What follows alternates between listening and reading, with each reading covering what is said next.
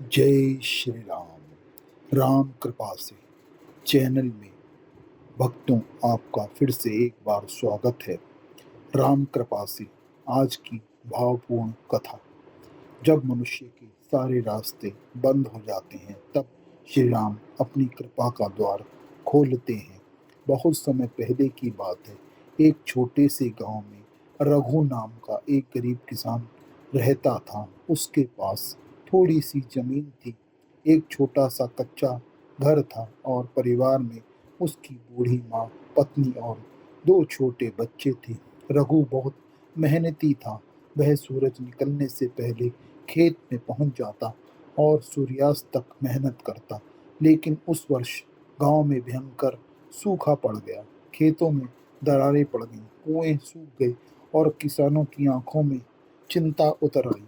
रघु ने अपनी सारी जमा पूंजी बीज और खाद में लगा दी थी। उसे विश्वास था कि इस बार फसल अच्छी होगी और उसके बच्चों की पढ़ाई का खर्च और उसके घर का खर्च दोनों निकाल कर भी कुछ धन बच जाएगा। लेकिन बारिश ने जैसे गांव से मुंह मोड़ लिया था। एक शाम रघु सूखे खेत के बीच बैठा आकाश की ओर देखने लगा।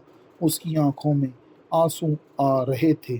उसने धीरे से कहा, हे प्रभु श्री राम, मैंने जीवन भर मेहनत की है, किसी का बुरा नहीं किया, और फिर मेरे जीवन में इतनी कठिनाइयाँ क्यों हैं? क्या मेरी पुकार आप तक नहीं पहुँच पाती? तभी उसकी बूढ़ी माँ उसके पास आकर बैठ गई। माँ ने उसके सिर पर हाथ रखते हुए कहा, बेटा, प्रभु श्री राम की कृपा कभी समाप्त नहीं होती। कभी कभी राम जी हमारी इच्छा पूरी करने में देर करते हैं क्योंकि वह हमसे बेहतर जानते हैं कि हमारे लिए क्या अच्छा है। रघु बोला, लेकिन माँ, मेरे पास अब कुछ भी नहीं बचा है। घर में अनाज समाप्त हो रहा है, बच्चों की स्कूल की फीस बाकी है और भी सारे खर्चे ऐसे ही पड़े हैं। खेत सूख चुका है, मैं क्या करूं? माँ मुस्कुराई और बोली, जब मनुष्य कहता है कि मेरे पास कुछ नहीं बचा, उसी समय श्री राम कहते हैं अब मेरे पास आने का समय है। उस रात रघु ने पहली बार अपने दुख की शिकायत करने के बजाय हाथ जोड़कर कहा, हे प्रभु श्री राम, मैं आपकी शरण में हूँ। मुझे रास्ता दिखाई नहीं दे रहा, लेकिन मुझे विश्वास है कि आपको सब दिखाई दे रहा है। अगली सुबह रघु खेत की ओर जा रहा था। रास्ते में उसे एक वृद्ध साधु दिखाई दिए। साधु बहुत थके हुए थे। रघु के पास घर में देने के लिए थोड़ा सा ही आटा बचा था। फिर भी उसने साधु को अपने घर चलने का आग्रह किया। उसकी पत्नी ने जब देखा कि घर में बचा हुआ अंतिम आटा भी साधु के लिए रोटी बनाने में लग रहा है तो उसने कुछ नहीं कहा। उसने चुपचाप रोटियां बनाई। रघु ने साधु को भरपेट भोजन करवाया। भोजन करने के बाद साधु ने रघु से कहा, बेटा, तुम बहुत परेशान हो, कृपया अपनी परेशानी का कारण मुझे बताओ। रघु ने आश्चर्य से पूछा, महाराज, आपको ऐसा कैसे लगा रहा है कि मैं परेशान हूँ?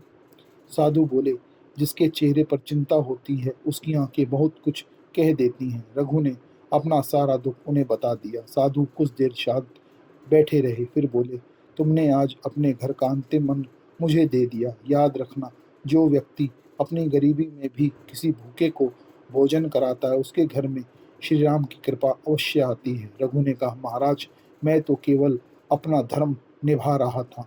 साधु मुस्कुराए, यही तो भक्ति है। भक्ति केवल मंदिर में दीपक जलाने का नाम नहीं है। भक्ति का अर्थ है कठिन समय में भी इंसानियत को जीवित रखना। इतना कहकर साधु चले गए। उस दिन शाम को अचानक आकाश में बादल घिर आए। गांव के लोग घरों से बाहर निकल आए। कुछ ही देर में तेज बारिश शुरू हो गई। रघु अपने खेत की ओर दौड़ा। सूखी धरती बारिश की बूंदों को ऐसे पी रही थी जैसे वर्षों से प्यासी हो। कुछ दिनों बाद रघु ने देखा कि उसके खेत में छोटे छोटे हरे पौधे निकल आए हैं। उसकी आंखों से आंसू बहने लगे। वह हाथ जोड़कर बोला, हे प्रभु श्री राम, मुझे समझ आ गया, आप कभी मुझे छोड़कर नहीं गए। मैं ही अपनी परेशानी में आपकी उपस्थिति देख नहीं पा रहा था। कुछ महीनों बाद रघु के खेत में इतनी अच्छी फसल हुई कि पूरे गांव में उसकी चर्चा होने लगी। लेकिन रघु पहले जैसा ही सरल रहा। एक दिन वही वृद्ध साधु फिर गांव में आए।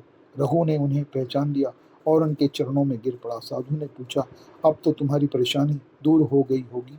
रघु ने हाथ जोड़कर कहा, महाराज, मेरी परेशानी तो उस दिन ही दूर हो गई थी जिस दिन मैंने अपनी चिंता श्री राम के चरणों में अर्पण कर दी थी। फसल तो बाद में आई। साधु मुस्कुराए और तभी रघु को समझ आया कि वह साधु कोई साधारण व्यक्ति नहीं थे। श्री राम ने स्वयं उसकी परीक्षा लेने के लिए वह साधु का रूप धारण किया था। उस दिन से रघु ने अपने जीवन का एक नियम बना लिया, जिस दिन मेरे घर में भोजन बनेगा उस दिन कोई भूखा मेरे दरवाजे से खाली नहीं जाएगा। आज का संदेश, प्रिय भक्तों, हम सभी के जीवन में कभी न कभी ऐसा समय आता है जब हमें लगता है अब कोई रास्ता नहीं बचा। मेहनत करने के बाद भी सफलता नहीं मिलती, रिश्ते टूटते हैं, धन की कमी होती है, बीमारी, चिंता और परेशानियां मन को कमजोर कर देती हैं। लेकिन याद रखिए, जिस क्षण आपको लगता है कि अब सब समाप्त हो गया, उसी क्षण श्री राम आपकी नई शुरुआत लिख रहे होते हैं। राम कृपा का अर्थ यह नहीं कि जीवन में कभी दुख नहीं आएगा।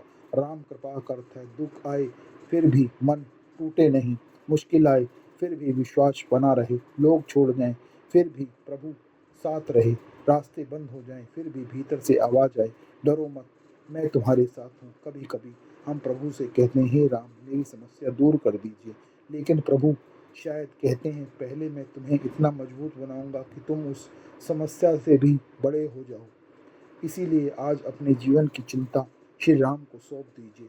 जिस बात को बदलना आपके हाथ में नहीं है, उसे लेकर रात रात भर मत जागिए। जिस व्यक्ति को बदलना आपके हाथ में नहीं है, उसके कारण अपना मन मत जलाइए। जिस भविष्य को आप देख नहीं सकते, उससे डरिए मत, क्योंकि आपका भविष्य आपके हाथ में नहीं है, लेकिन आपके भविष्य के स्वामी श्री राम के हाथ में अवश्य है। आज सुबह या शाम सच्चे मन से बस इतना कहिए, हे प्रभु श्री राम, मुझे अपनी इच्छा के अनुसार नहीं, अपनी कृपा के अनुसार चलाइए। मेरे मन से अहंकार दूर कीजिए, मेरे हृदय में शक्ति भर दीजिए और मेरे जीवन में वह शक्ति दीजिए कि मैं कठिन समय में भी आपका नाम न छोड़ूं। याद रखिए, राम नाम से बड़ा कोई सहारा नहीं, राम कृपा से बड़ा कोई धन नहीं, राम भक्ति से बड़ा कोई सौभाग्य नहीं और राम की शरण से सुरक्षित कोई स्थान नहीं। आज का विश्वास, जो व्यक्ति सच्चे मन से श्री राम को पुकारता है, उसकी पुकार कभी व्यर्थ नहीं जाती।